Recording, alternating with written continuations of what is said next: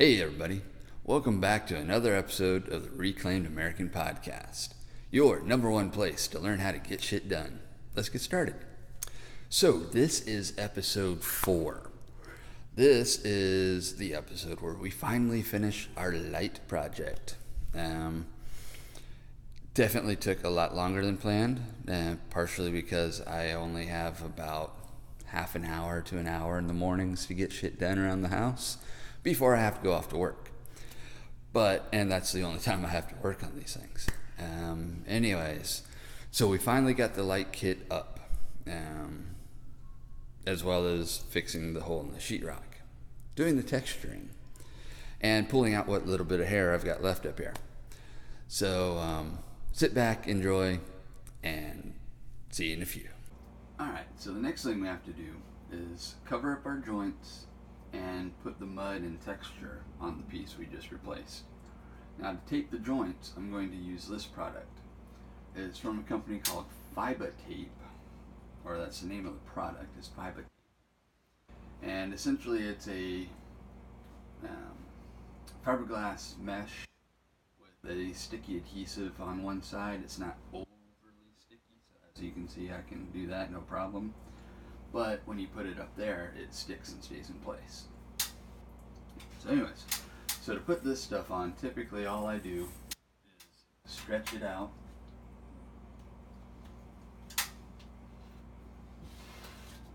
And use the back side of your hand to put it in place. And then I'll use my putty knife. Okay.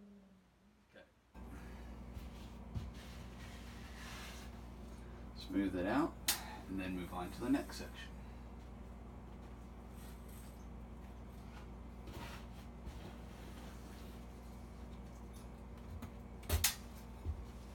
And then you just keep doing that all the way around.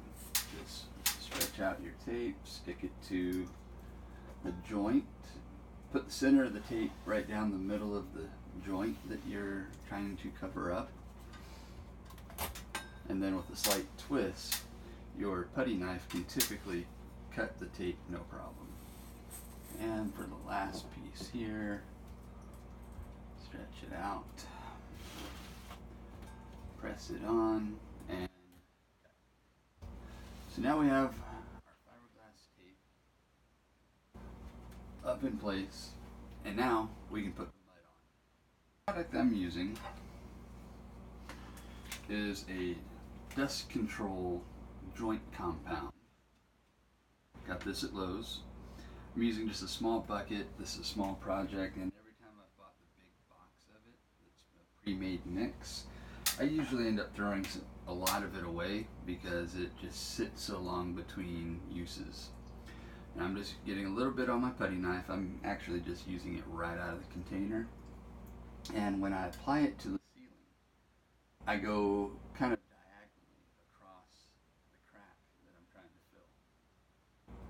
just kind of lightly press. Now watch out for the stuff that will want to come off the back side of your putty knife. And if you've got a drop cloth that you want to put down on the floor beneath you, that's probably a really good idea, because at some point you probably will wind up dropping a little bit of mud onto the floor. Now at this point, you don't have to worry too much about making it pretty. You just want to get the mud on there.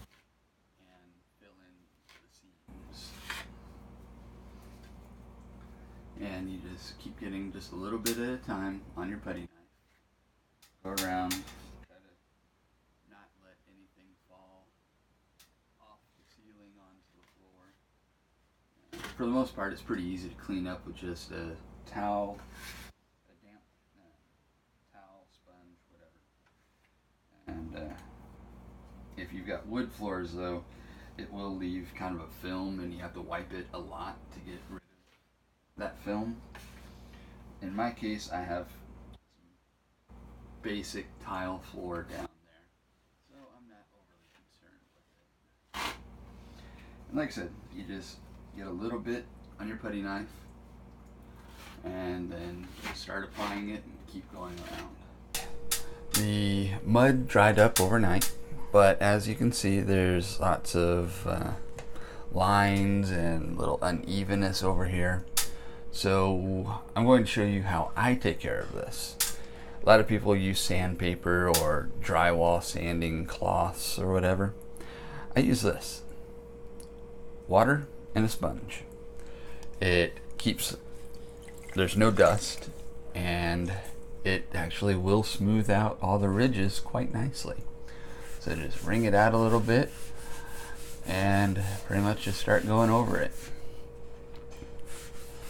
Now this process does take a little while, but like I said, it gives you a nice smooth finish. It takes off the ridges, and if a smooth sponge doesn't work out for you so well because maybe you're a little extra chunky there, then you can go and get something with a little bit of a scrubber to it. But this, if you're patient, take your time, just go over it lightly. It'll take the ridges right off. And also then, like in a case of over here, I've got a nice little bump. I'm going to have to wait for it to dry so I can put another skim coat over it to get rid of this line. But outside of that, it works really well. Because I'm in my laundry room and I don't want to get my washer and dryer, and I also have a refrigerator and water heater in here, because I don't want to get those all covered in sheetrock dust, that's why I'm going this route. But anyways, let me get to work on this. Be right back. So I sanded it down using the sponge method. I ended up getting a sponge with a scrubby on it after all, because the smooth sponge was just taking way too long. So anyway, so now we're smoothed out well enough. Now I'm going to put one more layer of mud on the ceiling to help fill in this crack, and there's a little spot over here that I don't like. There we are. And then I'm going to float it out. Now normally when you're doing this, you start off with a small putty knife and you apply the mud. But then when you float it out, you use a much larger putty knife. Normally I've got a 12 or 14 inch wide knife, and for whatever reason I can't find that right now. So I did find my grout float. So I'm going to try that out, see how it works. This one is 9.5 inches long, so it gives me a much wider area to try to smooth things out with, and we'll go with that, see what happens. So we're going to get a little bit more mud on the knife and then start spreading it back into the areas that need it. You want to be careful that you don't lose mud off the edge of your knife, because then it will drop and go into places you don't want. So just using a light pressure to spread the mud onto the ceiling with.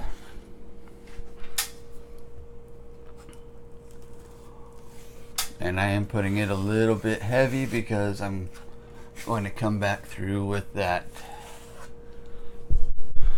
grout float and try to smooth it out and see what we end up with.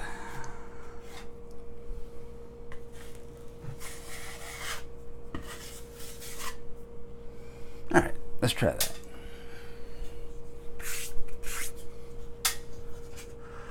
Then just take the grout float, hold it about a 45-degree angle to your ceiling. Actually, I'm maybe a little less. I'm probably more like a 20 or so. But I'm just going back and forth over it multiple times to try to get it to smooth out. For the most part, it looks like it's working, but I do need to put a little bit more mud on the float. That way, as I spread it, it has more material to leave behind on the ceiling. So for the most part, that's working fairly well. I'm going to go back the other way now.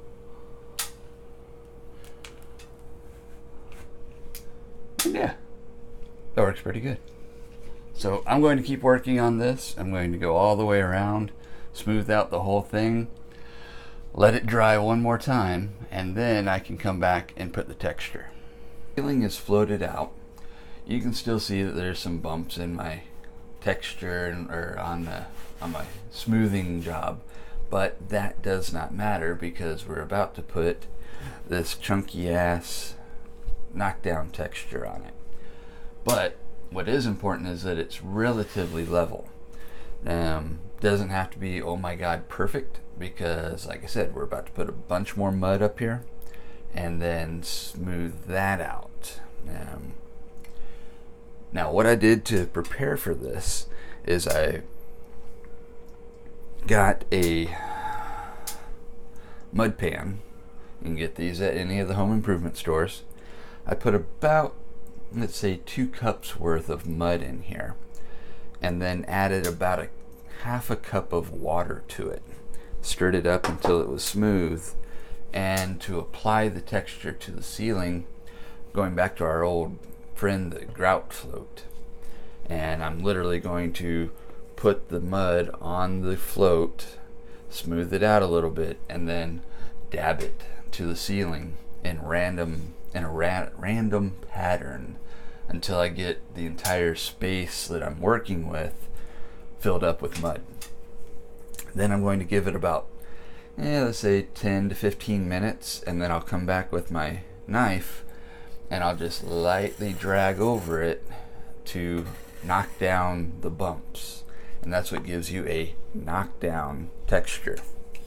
Alright, so here's what we do. First, I'll put some mud on my float.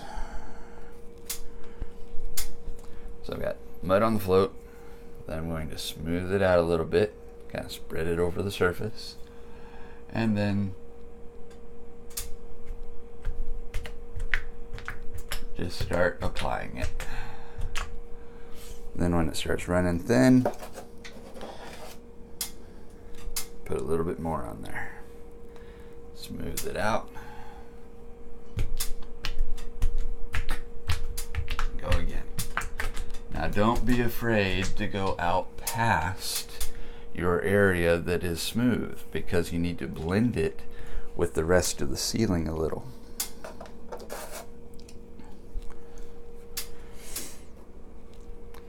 Also seeing that I'm probably going to have to mix up a little more mud here, because this does eat it up pretty quick.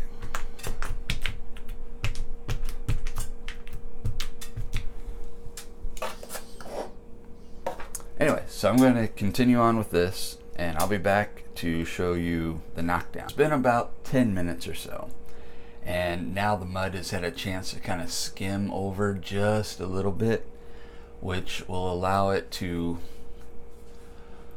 essentially hold its shape a little bit better when I'm running over it with the putty knife.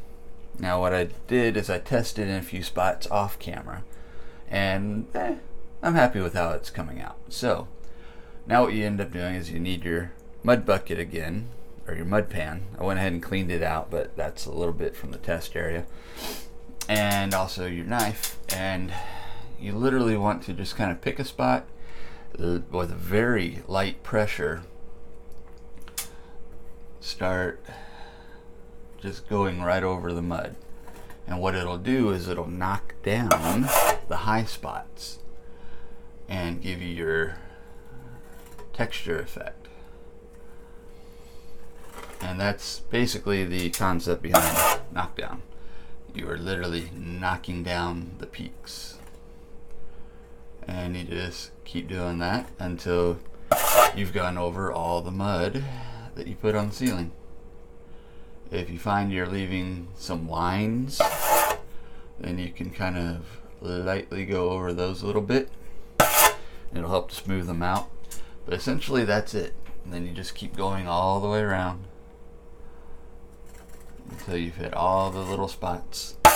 Now if you find that you're maybe could use a little more mud here or over there or whatever, you can always come back, do a little dab on it, and again give it a little bit of time, come back over it with a knife.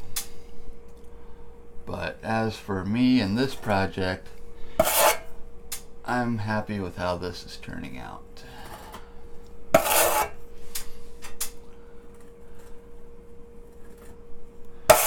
Now in case you're wondering, up to this point I've actually literally been on this for a while because I've been trying to do the video and everything else. Plus, I'm doing this like an hour at a time in the morning before I go to work. A little bit of 5 minutes here and there on a random afternoon, again, as I have time. If you were to just really get after the project, being a project of this size, you could actually have this done in about a day. Maybe 2, because you do have to wait for the mud to dry when you're initially doing the floating. But overall, it should have only been maybe a 1 or 2 day project to fix this. If it had only been the light, well, I would have been done with that in like 10 minutes. But things don't always go the way you want them to. And you've got to be ready to roll with the punches.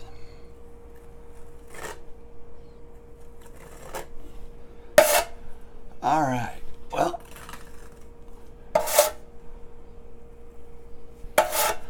I think that will do it for my texture. Once this dries, you could come back, do a little primer, paint it, and go from there. For me, once this dries, I'm actually just going to put the light up because I still need to paint this entire ceiling at some point, and I'm just not at a point where I'm ready to do that yet. So anyways, once this dries, I'll be back to put the light up and show you that, and that'll be that. I went ahead and took the light assembly out of the package, got everything set up, and I pre-stripped my wires for this part of the project just to make things go a little bit quicker. Now what we need to do is start hooking up our wires.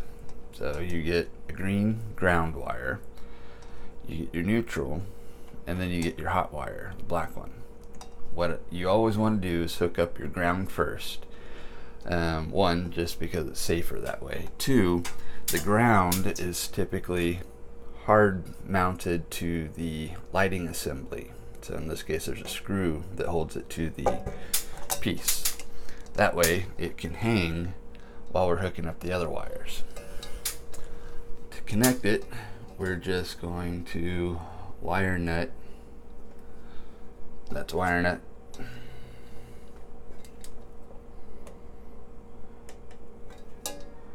The ground, 2 grounds together. On your house wiring, the ground is typically the one with no insulation on it. I say it like that just because every now and then you run into something that's not typical. So you want to screw that together tightly, pull on it, make sure it doesn't pull out of the wire nut, and then we can start connecting the other 2 wires. So we'll go with the neutral, the white wire. Now to do this, the wire from the light kit is a stranded wire, while the wiring from your house is a solid wire. So what I'll do is I'll take the stranded wire and I'll put it just a little bit in front of the solid wire when I'm putting the wire nut on, and then push it together until it stops, and then start twisting. And at this point, you don't want to be too gentle with it, because you do want to bond these together as well as possible. But you also don't want to tighten it to the point that you end up breaking the wire nut, because then you have to go get another one. All of these parts came with the kit, but now it's time to push it all up together. I already have the screws in the box. Now we're going to push the wiring up a little bit, bend it over, shove these wires up into the box.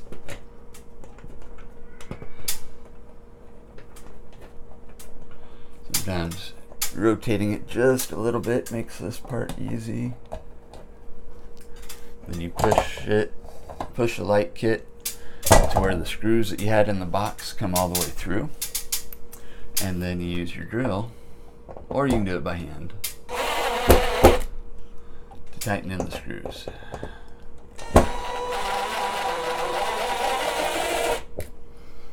until it's snug up against the ceiling.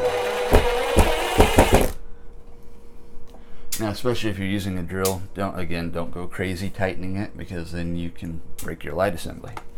Now it's time to test. Let there be light.